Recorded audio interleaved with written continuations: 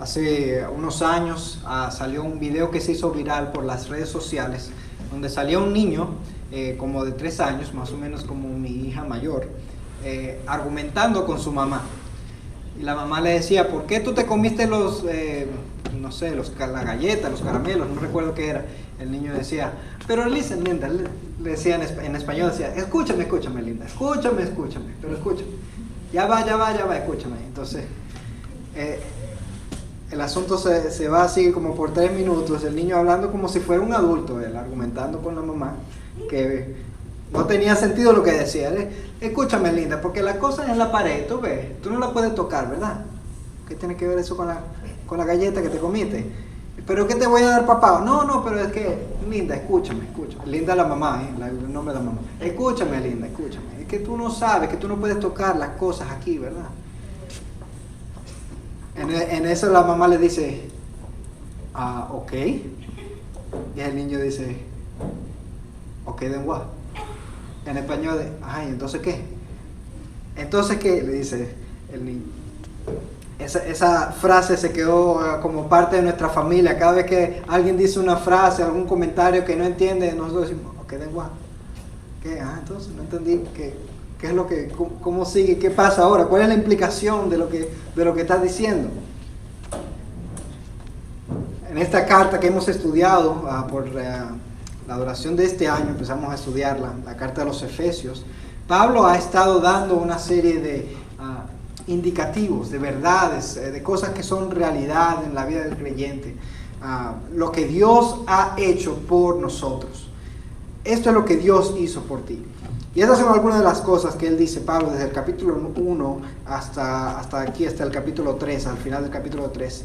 Dice que Dios nos ha bendecido con toda bendición espiritual en los lugares celestiales en Cristo. Dice que nos escogió en Él antes de la fundación del mundo para que fuéramos santos y sin mancha. Dice que nos predestinó para adopción como hijos para sí mediante Jesucristo. Dice que en Él tenemos redención mediante su sangre, el perdón de nuestros pecados. Dice que nos dio vida juntamente con Cristo. Por gracia habéis sido salvados. Y dice que Él nos resucitó con Él y nos sentó en los lugares celestiales en Cristo Jesús. Más aún, dice que ya no somos extraños ni extranjeros, sino que somos conciudadanos de los santos y de la familia de Dios. Dice que somos edificados sobre el fundamento de los apóstoles y los profetas. Entonces llega aquí y parece que anticipa la pregunta y dice: ok, then what? Entonces, ¿qué hacemos con todo eso?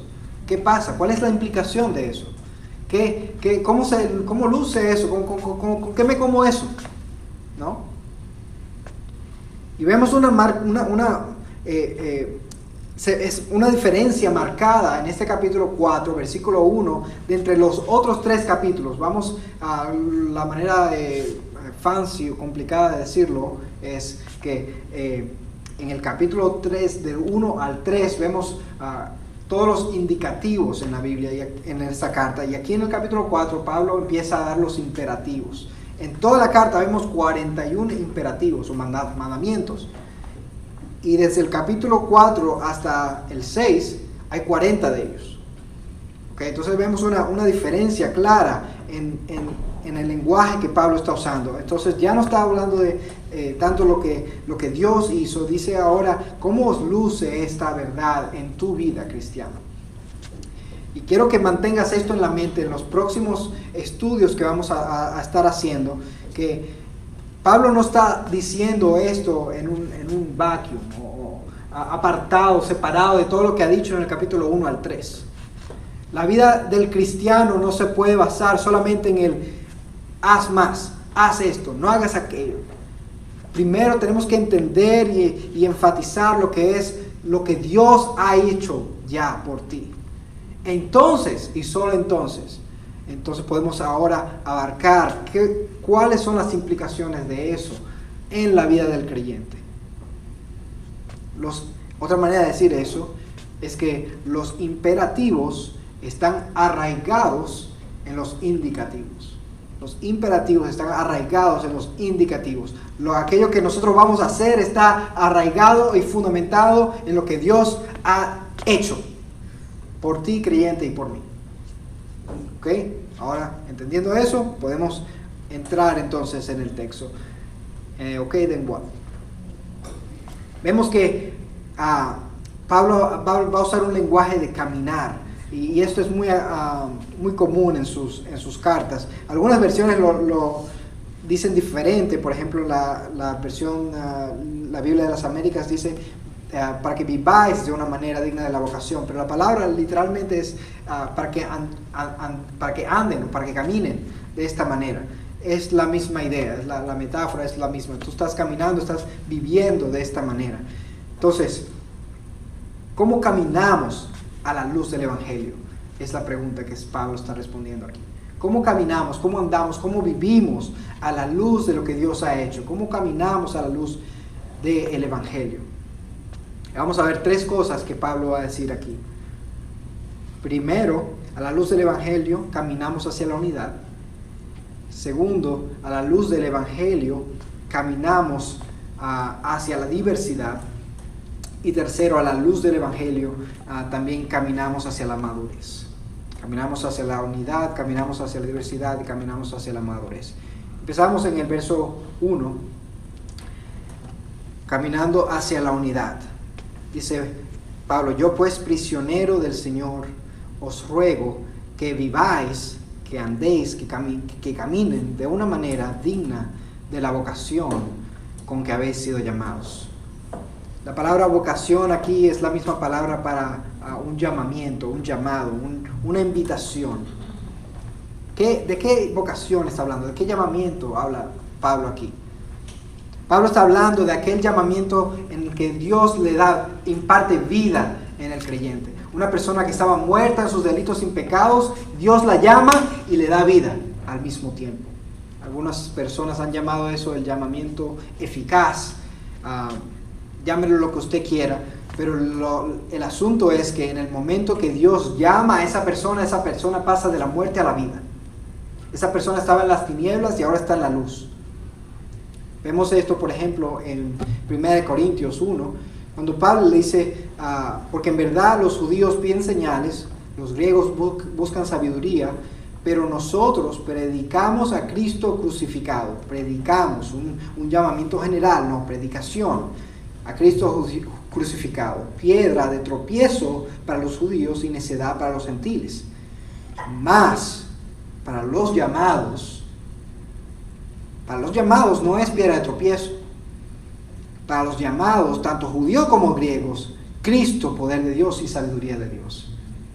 Es decir, se hace un llamamiento general, una predicación general, todos escuchan, mas solamente para los llamados, Cristo, poder de Dios y sabiduría de Dios. Para los no llamados es piedra de tropiezo. Esto es lo que Pablo está diciendo aquí, este tipo de llamamiento. Y vemos un tipo de metáfora también en la resurrección de Lázaro.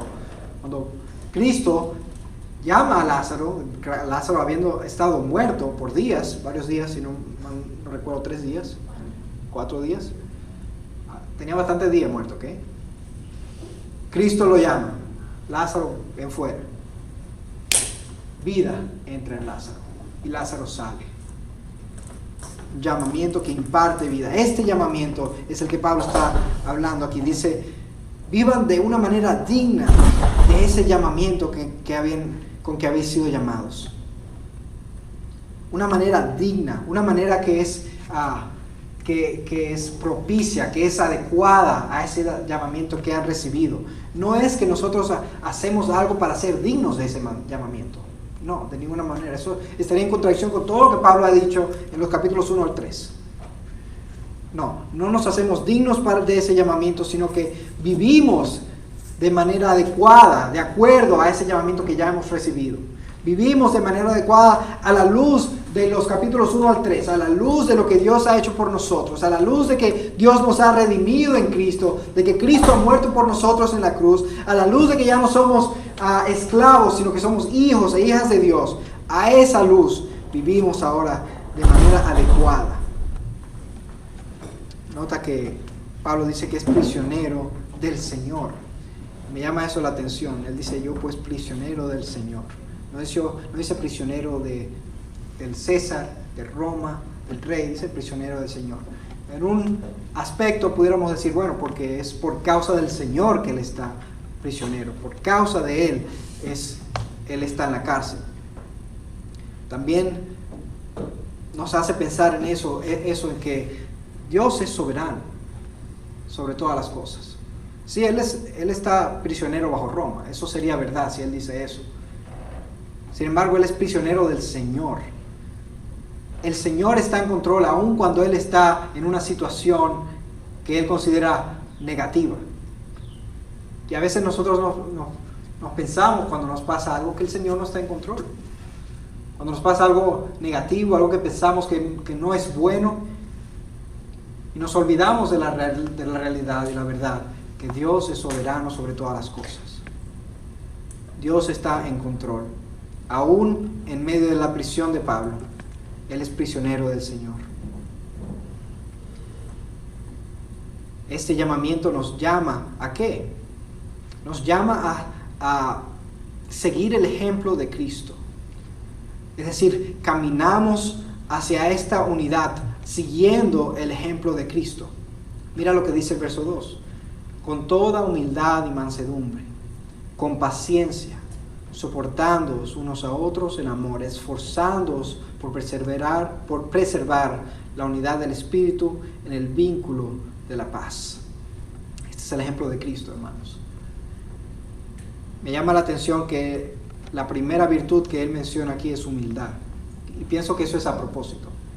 Porque si tú eres humilde, todo lo demás puede seguir. Todo lo demás que Él menciona, sigue, por lógica. Si usted es humilde, es manso, tiene paciencia. No puede haber una persona que no tenga paciencia no puede haber una persona que sea humilde y sea impaciente. Eso es contradictorio, ¿no?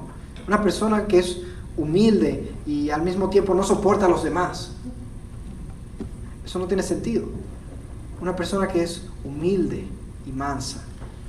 Pienso que esas dos van conjunto ahí. Por eso la palabra con está ahí, con toda humildad y mansedumbre. Luego, en otro par, con paciencia, soportándonos a otros en amor. Una persona humilde es una persona mansa.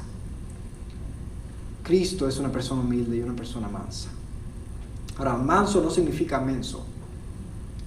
A veces he escuchado eso, ¿no? Y es verdad. Porque se dice de Moisés que fue la persona más humilde en la faz de la tierra. Sin embargo, Moisés se enfrentó contra, en ese entonces, el trono más poderoso de la tierra, el faraón de Egipto. Se enfrentó con él. Pero es una persona mansa. Una persona mansa puede aún así enfrentarse en contra de la adversidad, en contra de la injusticia. Especialmente si usted está parado y está arraigado en la Escritura y en los mandamientos de Dios. No es una contradicción decir que hay alguien que está en contra de la injusticia y es manso.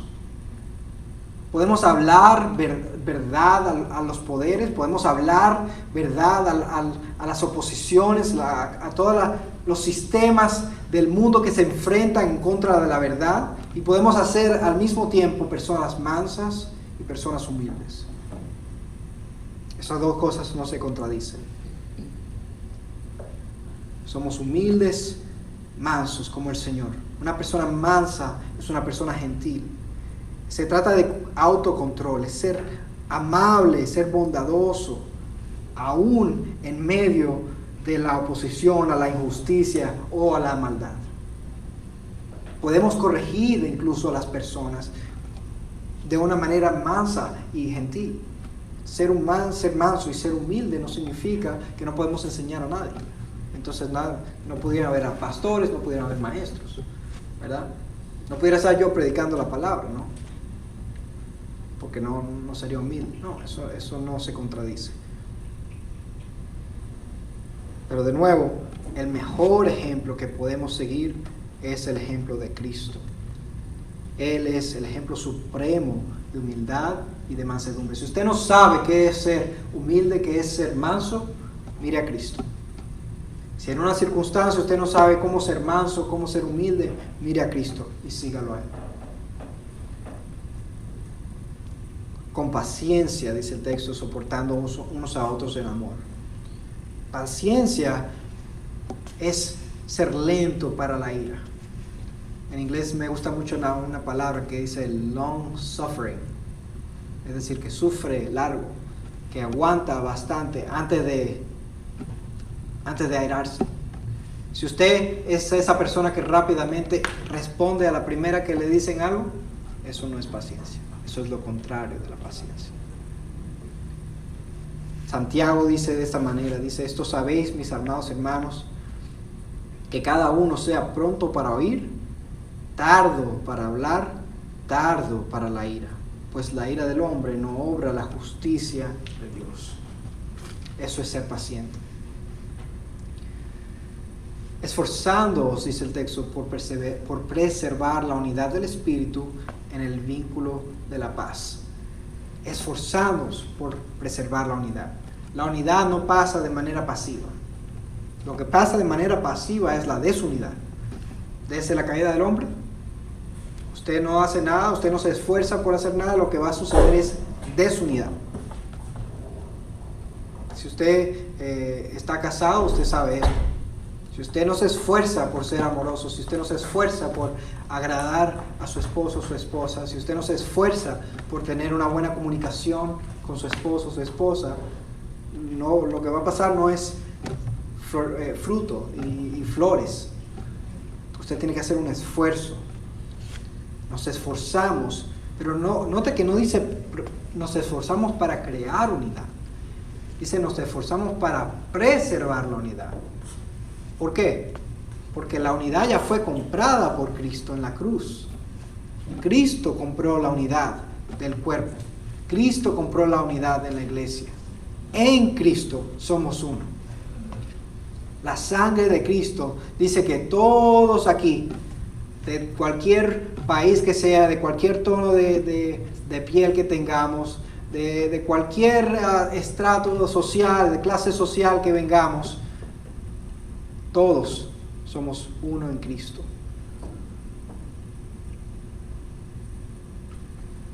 Ahora, también caminamos hacia esta unidad por una confesión común.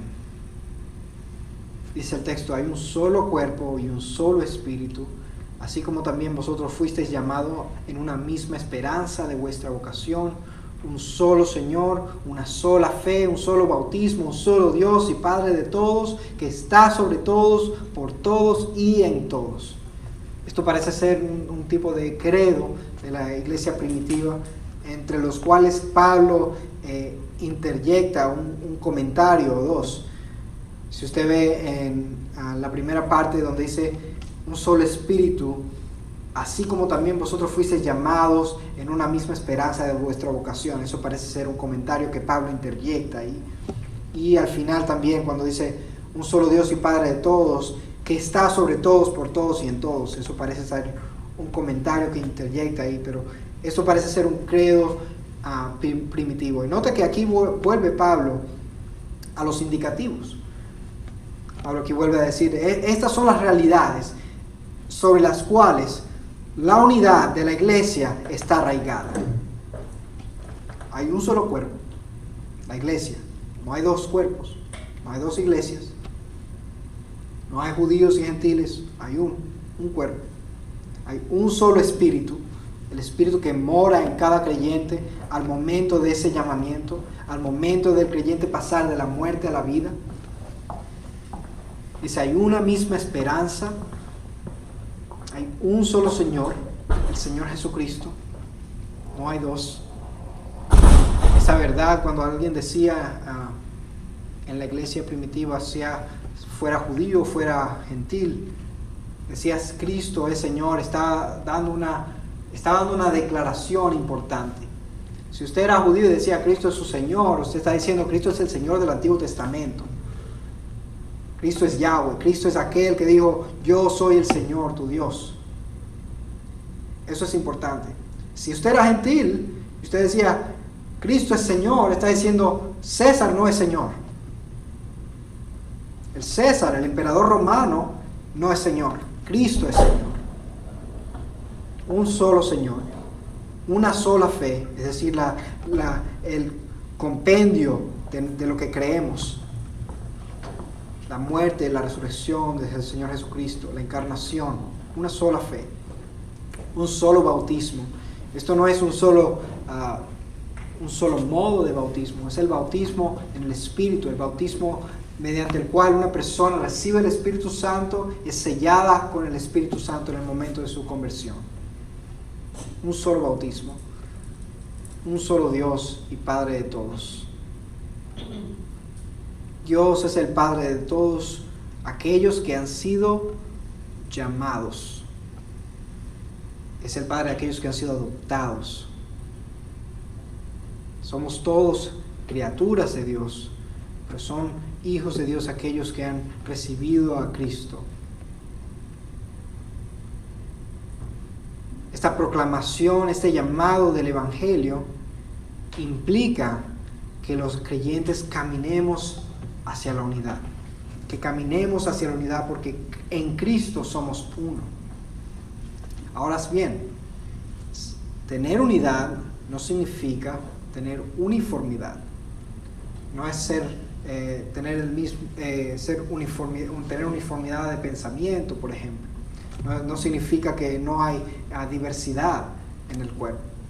Por eso Pablo sigue en el texto diciendo ahora en el verso 7, pero a cada uno de nosotros se nos ha concedido la gracia conforme a la medida del don de Cristo. Por tanto, dice, cuando ascendió a lo alto, llevó cautiva una hueste de cautivos y dio dones a los hombres.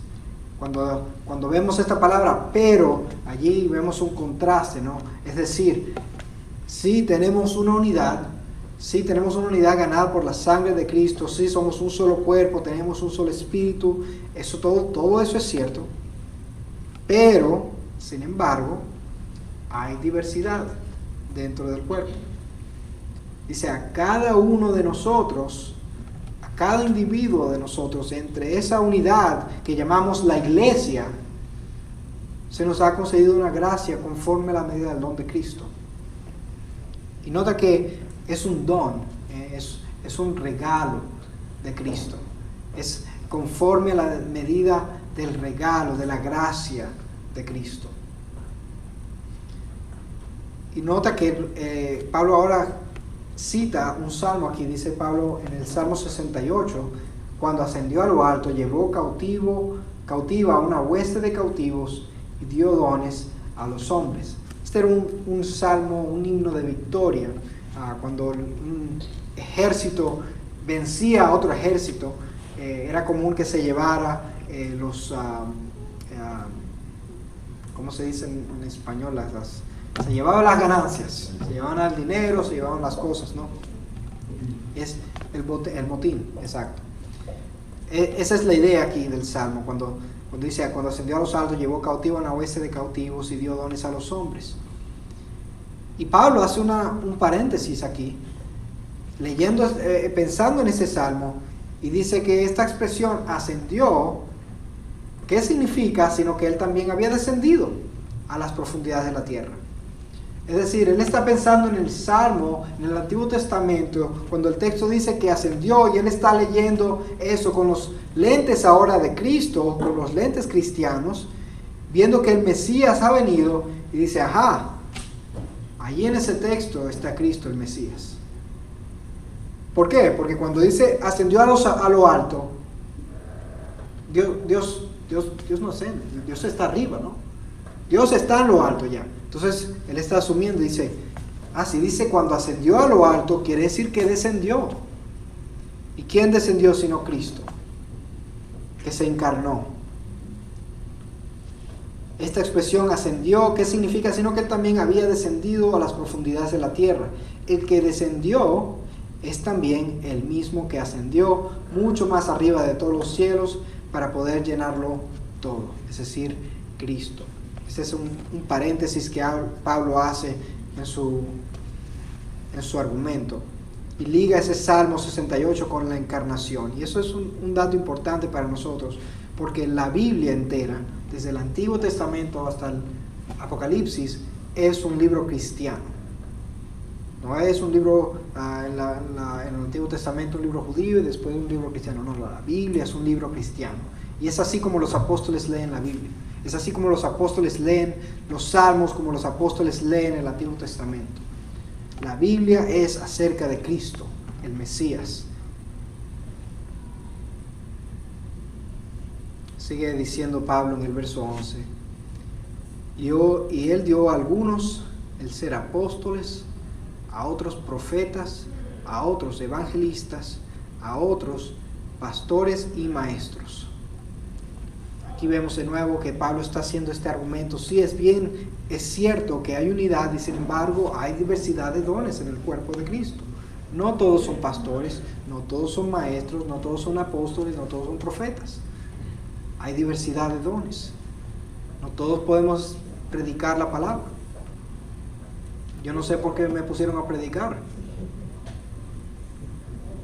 No todos podemos tocar la guitarra también, como el hermano Jonathan. No todos podemos leer también la escritura, como la hermana Olga. Tenemos diversidad de dones en el cuerpo de Cristo. Ahora, es importante aquí recalcar que cuando Pablo habla de estos apóstoles y profetas, recuerda que en el capítulo 2, en el versículo 20, Pablo ha hecho un argumento que la iglesia, el cuerpo de Cristo, está fundamentado en los apóstoles y los profetas. Por eso estos dos dones están de primero aquí, en esta lista. Él dio a algunos apóstoles, a otros profetas. Estos son los fundamentos de la iglesia. A veces escuchamos que hay personas que dicen que son apóstoles hoy en día, y si bien es cierto que hay un sentido en el que un apóstol puede ser un enviado, simplemente, un misionero, en un sentido técnico, los apóstoles cesaron. Los apóstoles fueron los recipientes de la revelación de Dios, y a veces la escritura los llama los 12, dice los 12 ¿qué pues? Los 12 apóstoles. Estos apóstoles que Pablo habla, los menciona de primero, son el fundamento de la iglesia, porque fueron los recipientes ¿de qué? De la escritura, de la revelación de Dios. Entonces, cuando usted escucha a alguien que dice el apóstol tal o cual, tenga cuidado, tome precaución. De igual manera, la palabra profeta. El profeta era el recipiente de la revelación de Dios. Y si bien es cierto que hay personas que creen que alguien hoy puede dar una palabra vamos a llamarlo de iluminación, es decir, alguien está orando por algo y alguien puede decirle, bueno, yo creo que Dios quiere que tú hagas esto. Eso es posible y es aceptable dentro de la ortodoxia. Sin embargo, con igual precaución, con alguien que dice es profeta, o tal y cual el profeta, tal y cual, tenga precaución con eso también. Recuerde que la escritura nos está completa. La revelación ya nos fue dada. ¿Okay? Sí es bueno orar, por supuesto. Ore por guía y ore por decisiones.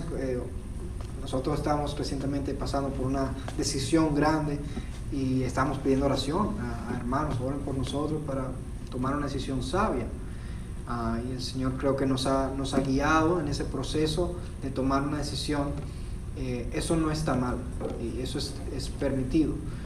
Sin embargo, de igual manera, tenga cuidado si alguien dice que tiene una palabra de Dios para alguien, tenga precaución.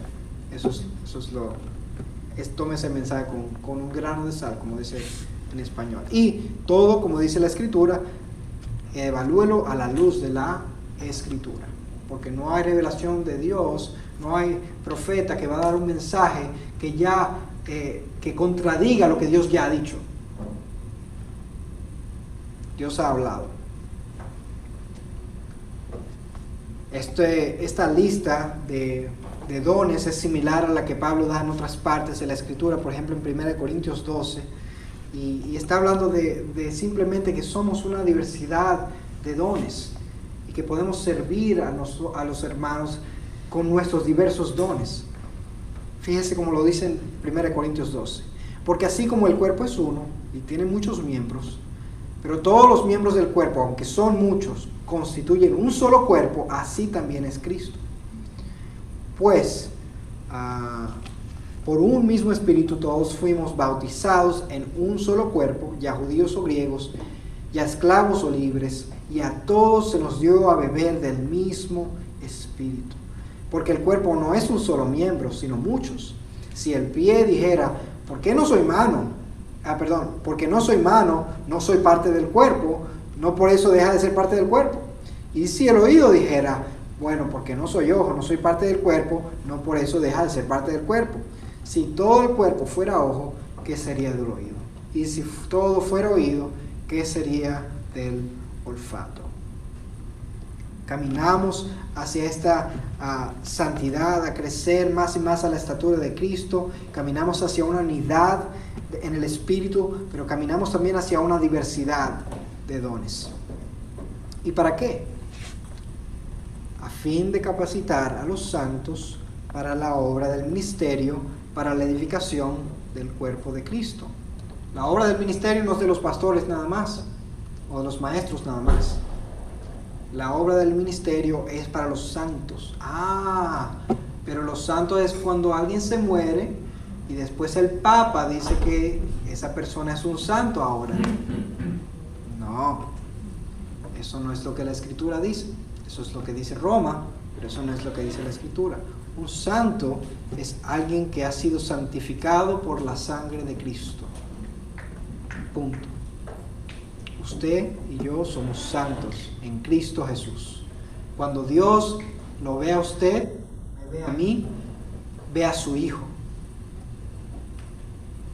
Si usted se ha arrepentido y ha puesto su confianza en Jesucristo, si usted ha sido llamado por Dios, ha pasado de muerte a vida, ha sido sellado con el Espíritu Santo, usted es un santo.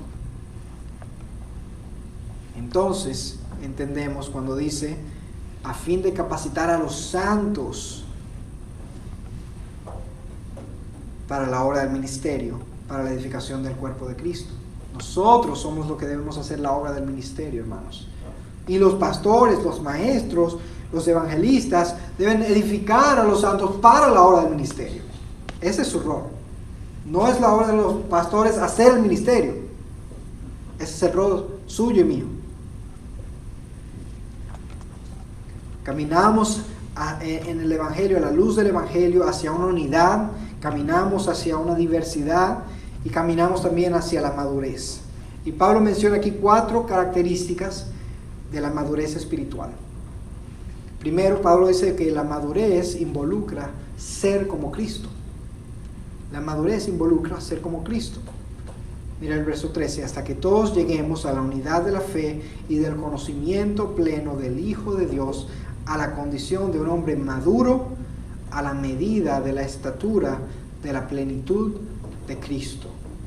Eso es lo que involucra ser maduro. Todos tenemos que crecer a esta madurez. Cuando un niño nace, no se queda siendo niño toda la vida. Se nutre, se enseña para que pueda ser ¿qué? Maduro. De igual manera, cuando usted y yo nacemos espiritualmente, nacemos de nuevo, debemos ¿qué? Crecer para llegar a ser maduros en la fe. Y esta madurez simplemente luce más y más como Cristo. La campana de la iglesia están sonando, anunciando.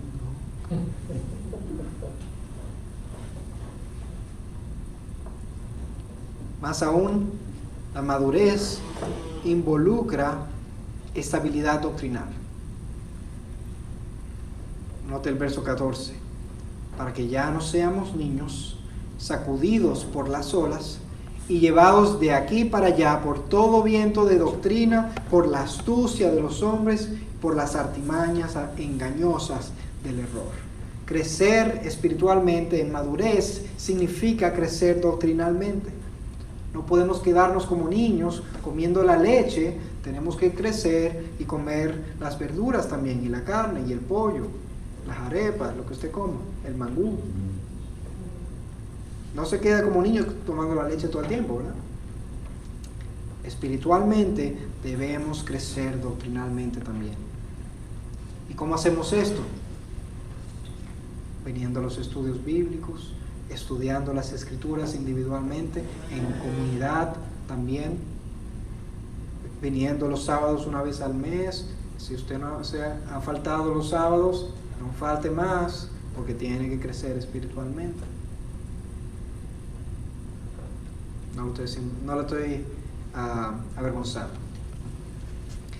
Debemos crecer doctrinalmente. Esto es lo que involucra ser maduro.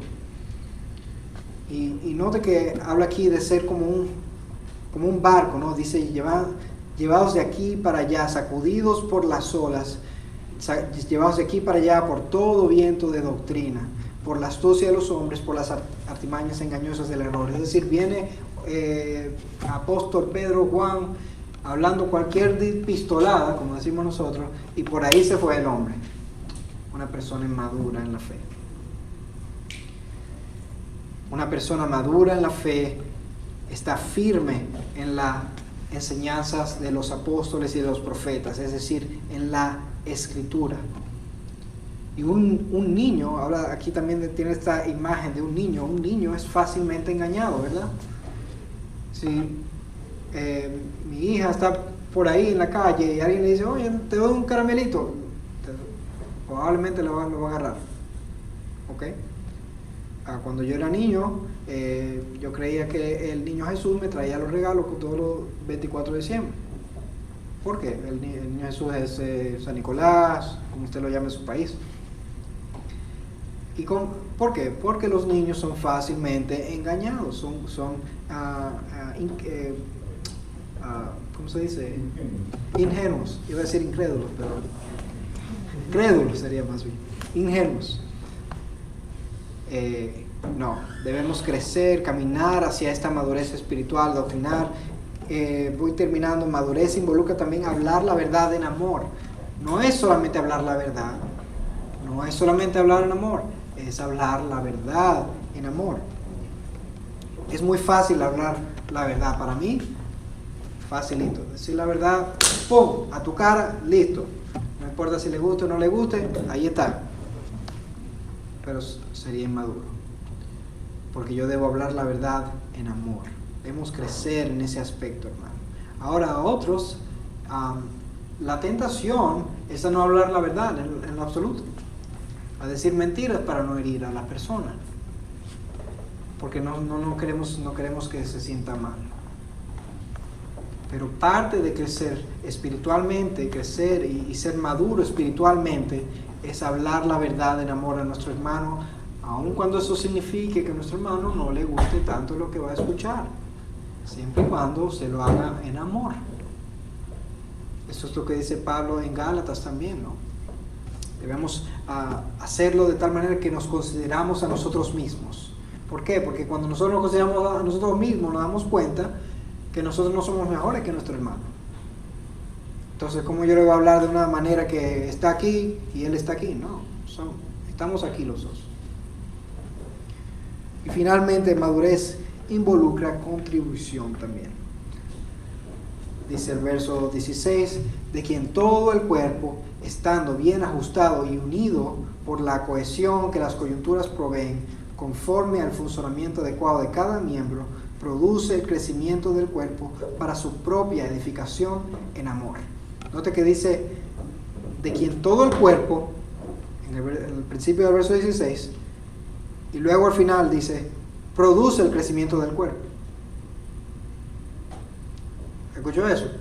De quien todo el cuerpo produce el crecimiento del cuerpo para su propia edificación. Es decir, el cuerpo produce el crecimiento del cuerpo.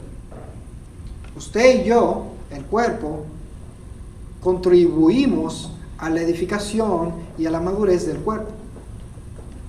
Es decir, cuando nosotros nos involucramos en la vida de los creyentes, de nuestros hermanos, y por eso es que no tiene sentido hablar de un creyente que no pertenece a una comunidad, un creyente que es el llanero solitario, un creyente que cree que él no debe pertenecer a una iglesia, a un grupo. Eso no tiene sentido. ¿Por qué? Porque crecemos en comunidad. El Señor usa a las diferentes partes del cuerpo para crecer.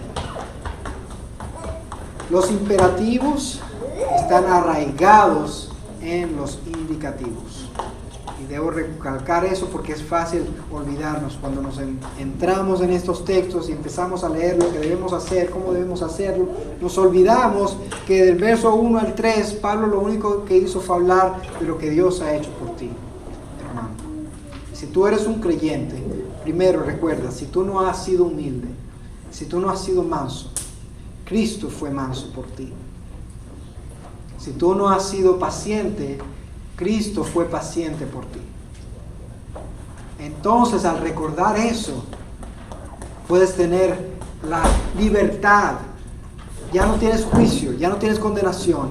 Ahora puedes hacerlo porque quieres agradar a tu Padre.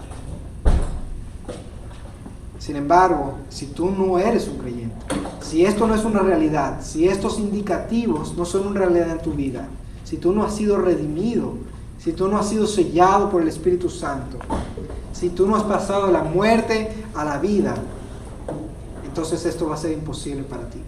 Primero debes venir en humildad y en arrepentimiento, reconocer tu pecado, aceptar a Cristo Jesús, reconocer que tú no puedes hacer nada para ganar esta redención, sino que Cristo lo ha hecho por ti. Entonces, y solo entonces, podemos hablar de todo lo demás, de crecer en comunidad, de cómo ser maduro, de cómo tener diversidad de dones, etcétera, etcétera. Pero eso no puede ser una realidad en tu vida hasta que primero no entiendas qué es pertenecer a Cristo, estar en Cristo. Así que esa es mi oración para ti. Vamos a orar juntos, que el Señor nos bendiga, que el Señor bendiga la predicación de su palabra en nuestros corazones. Padre, te damos las gracias porque tú nos has llamado de la muerte a la vida, de la oscuridad, de las tinieblas, a tu luz admirable. Señor, nos redimiste con tu sangre, nos llamas tus hijos y tus hijas. Ahora, Señor, nos has dejado en la oscuridad para saber cómo agradarte, cómo vivir la vida cristiana, qué significa, cuáles son las implicaciones de esta vida cristiana. Gracias, Señor, porque nos enseñas y quieres que crezcamos, Señor. Quieres que caminemos hacia esta unidad de la fe, quieres que caminemos a esta diversidad de los dones y quieres que caminemos hacia esta madurez espiritual. Ayúdanos, Señor. Si hay alguien aquí que todavía no te conoce, Señor, te ruego que le abras los ojos hoy, que le abras los ojos a su pecado, cuán horrible es a la luz de tu santidad, y cuán grande y cuán más grande es tu gracia que su pecado. Ahora te rogamos que seas con nosotros el resto de esta noche, que tú nos bendigas, Señor, al salir de aquí, que podamos reflejar tu luz y podamos seguir creciendo a la estatura de aquel que nos amó, Cristo Jesús. Amén.